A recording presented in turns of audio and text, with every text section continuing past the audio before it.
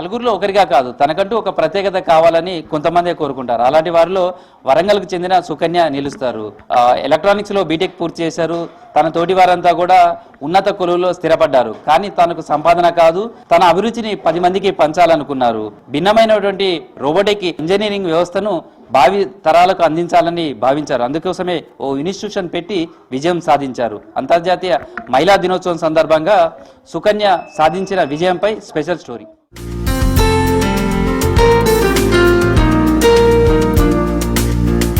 విద్యారంగమే కాదు, వైజ్ఞానిక రంగం కూడా చాలా కీలకం.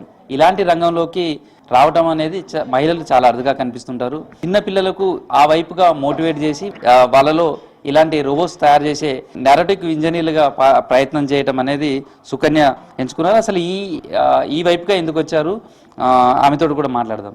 ఈ వైజ్ఞానిక అందించడం, విజ్ఞానాన్ని అందించడం కావచ్చు, ఈ రోబోటిక్ సమాచారం నాలెడ్జ్ వాళ్ళకు నేర్పించడానికి ఇన్స్టిట్యూషన్ పెట్టాలనే ఆలోచన ఎందుకు వచ్చింది? వరంగల్లో అనేది ఈ రోబోటిక్స్ అనేది లేదండి. సో నేను ఇన్స్టిట్యూట్ రెగ్యులర్గా జాబ్కి వెళ్తాను అనుకోండి, I have to balance between my personal life and professional life. అది ఫస్ట్ మెయిన్ థింగ్. అండ్ ఈ రోబోటిక్స్ అనేది మనకు వరంగల్లో లేదు. ప్రాక్టికల్ లెర్నింగ్ చాలా రీసెర్చ్ చేశాము. సో అప్పుడు ఇప్పుడు ఇది పెట్టుకుంటాం అనుకోండి, ఎప్పుడు ఎక్కడ లేనిది చెప్పినట్టు అవుతుంది. అట్ ద సేమ్ టైం నేను ఇంట్లో బ్యాలెన్స్ చేసుకుంటూ ఇక్కడ వీకెండ్స్ చెప్పుకుంటూ ఒక passion, this is my passion, అందుకని ఇది పెట్టాము. ఇది పెట్టి 6 years అవుతుందండి. ఇట్స్ గుడ్, అంటే రెస్పాన్స్ ఈజ్ గుడ్. అండ్ ఇక్కడ దీనికి కావాల్సింది patience. With that we're running it. ఇది బాగుందండి. మీరు బీటెక్ చదువుకున్నారు కాబట్టి ఇదే సబ్జెక్టు టోటల్గా ఇదే ఉండేదా, అట్లా ప్రాక్టికల్స్లో ఉండేదా? అంటే బీటెక్లో నా సబ్జెక్ట్ ఇదే అండి. బట్ అప్పుడు ప్రాక్టికల్ లెర్నింగ్ అనేది మిస్ అయింది. సో అప్పుడు మేము ఏది మిస్ చేసుకున్నామో మీ స్కూల్ లైఫ్లో కానీ, సో అది ఇప్పుడు ఈ పిల్లలకి ఇద్దామన్న ఒక ఆలోచన అంతే. ప్లస్ ఈ రెగ్యులర్ జాబ్ కంటే కూడా ఇదైతే as I told you we can balance. మనం బ్యాలెన్స్ చేసుకుంటూ పిల్లలకు ప్రాక్టికల్ లెర్నింగ్ అంటే వాళ్ళు కొంచెం పెద్దగా పెరిగినాక it will be good in their life. అంటే ఒక మంచి మోటివేషన్తోని ప్రాక్టికల్ అన్నీ చదువుతారండి. చదివింది ఫీల్ ఉండదు. So when whatever they are learning, if they are feeling it, if they are touching it, if they seeing it, వాళ్ళు మర్చిపోరు.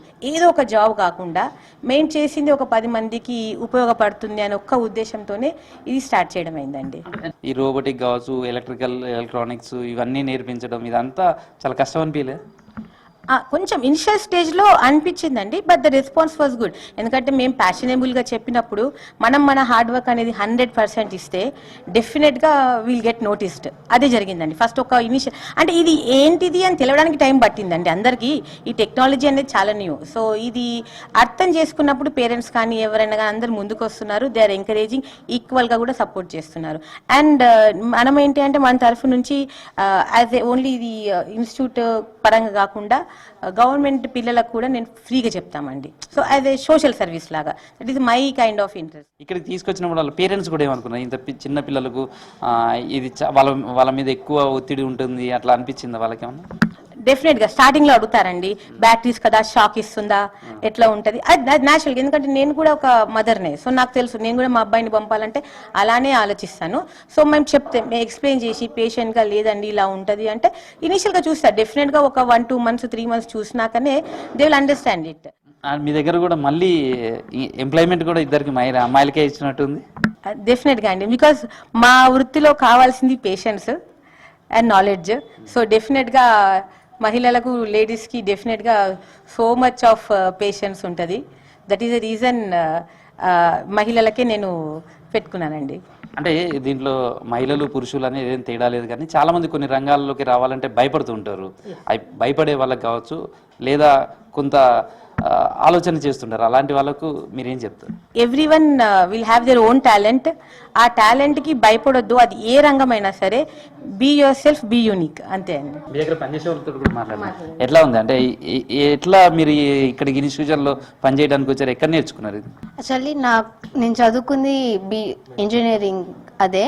సో నేను వచ్చేసి ఎలక్ట్రానిక్స్లో పోస్ట్ గ్రాడ్యుయేషన్. సో నేను నేర్చుకున్నదే మళ్ళీ ఇక్కడ వచ్చి చెప్పడం.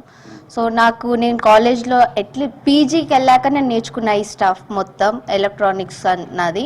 సో ఇక్కడ ఇనిషియల్గా పిల్లలకి, ఎందుకంటే ఇప్పుడు ఫ్యూచర్ మొత్తం ఎలక్ట్రానిక్సే, ఎందుకంటే మనం చూసుంటాం AI అని, రోబోట్స్ అని అన్నీ.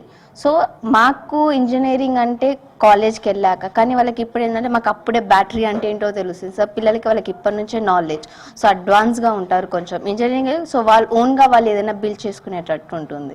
సో పిల్లలకి నేర్పించడంలో కానీ ఎట్లా పేషెన్స్ ఎట్లా ఉంటుంది, ఇప్పటి నుంచే వాళ్ళు రోబోట్స్ పట్టుకొని వాళ్ళు తయారు చేయడంలో కూడా ఇట్లా ఉన్నారు కదా, ఏమనిపిస్తుంది?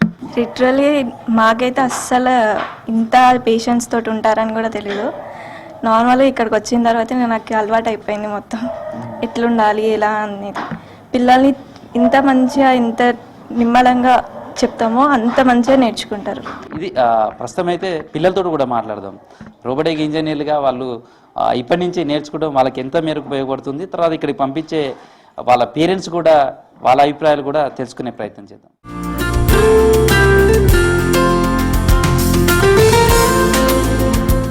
ఒక మహిళ ఇలాంటి ఇన్స్టిట్యూషన్ పెట్టినప్పుడు వాళ్ళ పిల్లల తల్లిదండ్రులు ఏ విధంగా నమ్మారు, ఒక మహిళ విజయం సాధిస్తుందని వాళ్ళు భావించారా తెలుసుకునే ప్రయత్నం. కొంతమంది పేరెంట్స్ ఉన్నారు, వాళ్ళతో కూడా మాట్లాడదాం. ఒక సుకన్య, ఒక మహిళ ఇట్లాంటి ఇన్స్టిట్యూషన్ పెట్టినప్పుడు మీకు ఏమనిపించింది? ఈ రంగంలో ఆమె రాణిస్తుంది అనుకున్నారా, ఎట్లా అనిపించింది సార్?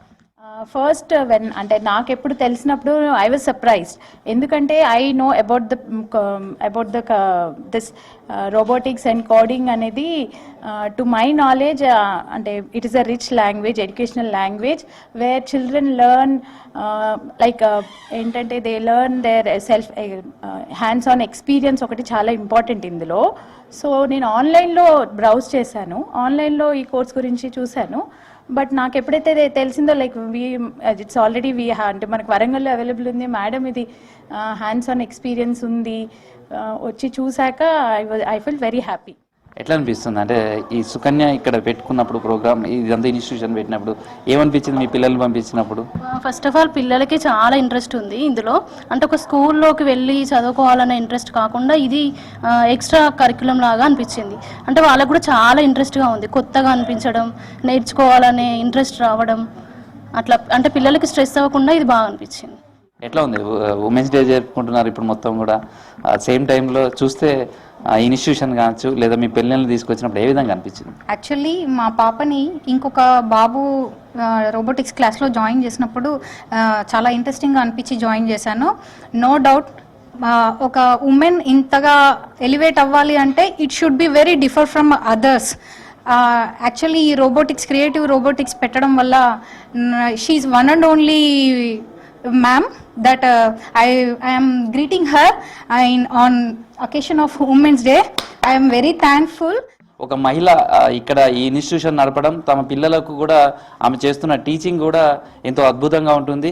పిల్లల్ని కూడా తీర్చిదిద్దడంలో ఆమె కృషి చేస్తున్నారు అనే ఆనందం అయితే వాళ్ళు వ్యక్తం చేస్తున్నారు.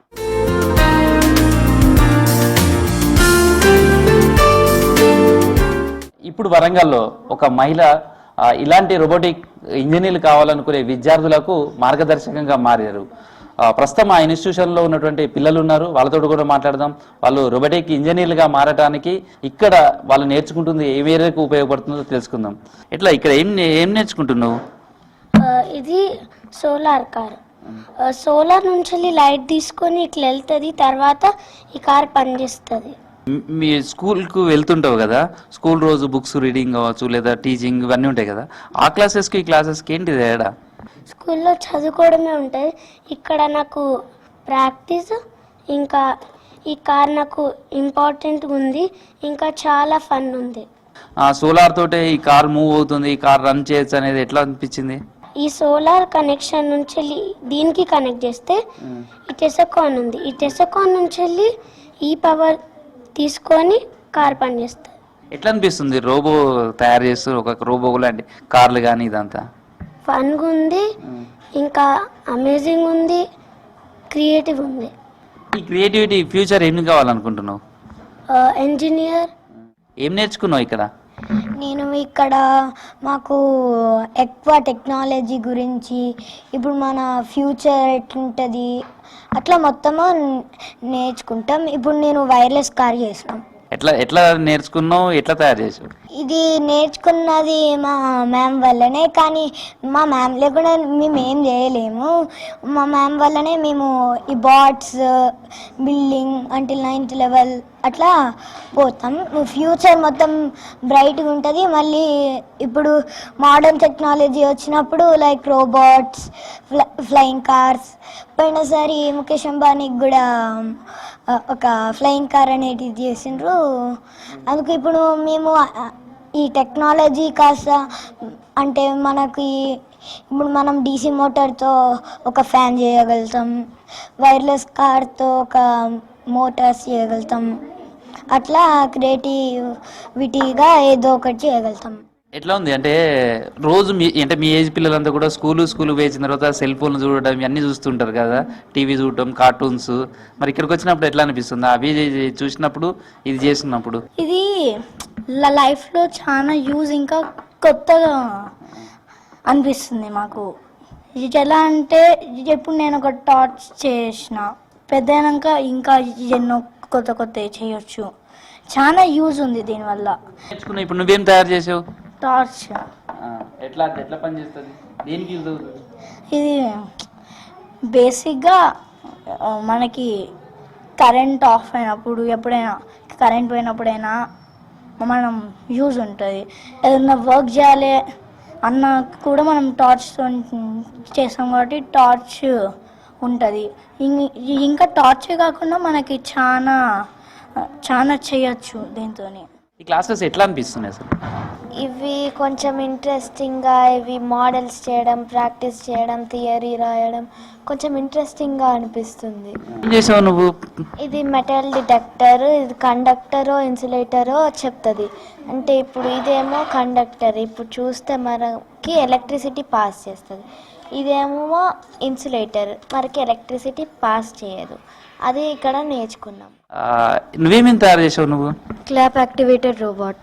అంటే దీంతో ఈ రోబో తోటి ఏం ఉపయోగం ఉంటుంది? ఒకవేళ మనం ఇంట్లో లేనప్పుడు కూడా మనం క్లాప్ అంటే ఎక్కడన్నా ఉండి క్లాప్ చేస్తే దాని దగ్గర డిస్టెన్స్ తోటి అవి ఆఫ్ అయితే లేదా ఆన్ అవుతాయి. ఇప్పుడు నేను రోబోట్ లాగా చేసిన దాన్ని. ఎట్లా పని చేస్తుంది ఇది? మనం ఇక్కడ కనుక క్లాప్ చేస్తే రోబోట్ మూవ్ అవుతుంది. ఆఫ్ చేయాలంటే ఇంకొకసారి క్లాప్ చేయాలి. ఎట్లా అనిపించింది ఈ రోబో నువ్వు తయారు చేసినప్పుడు, ఇది చేసినప్పుడు, ఈ ప్రాక్టికల్గా కావచ్చు ఇదంతా చేయడానికి ఎట్లా అనిపించింది? ఇది చేస్తుంటే బాగానే ఉంది. నాకు ఫస్ట్ చేయలేను అనుకున్నా, మళ్ళీ చేస్తుంటే ఈజీ అవుతుంది, ఈజీగానే ఉంది, చేయగలుగుతాననే కాన్ఫిడెన్స్ వచ్చింది. వాళ్ళుగా రోబోస్ తయారు చేయడం, రకరకాల అవసరాల కోసం వీటిని ఉపయోగించుకునే విధంగా కూడా వాళ్ళు కొత్త ఆలోచనలు చేయడానికైతే ఇక్కడి నుంచే ఒక పునాది పడుతుందని చెప్పుకోవచ్చు. Video journalist Dashrath, Krishnamohan, V6 news, Warangal.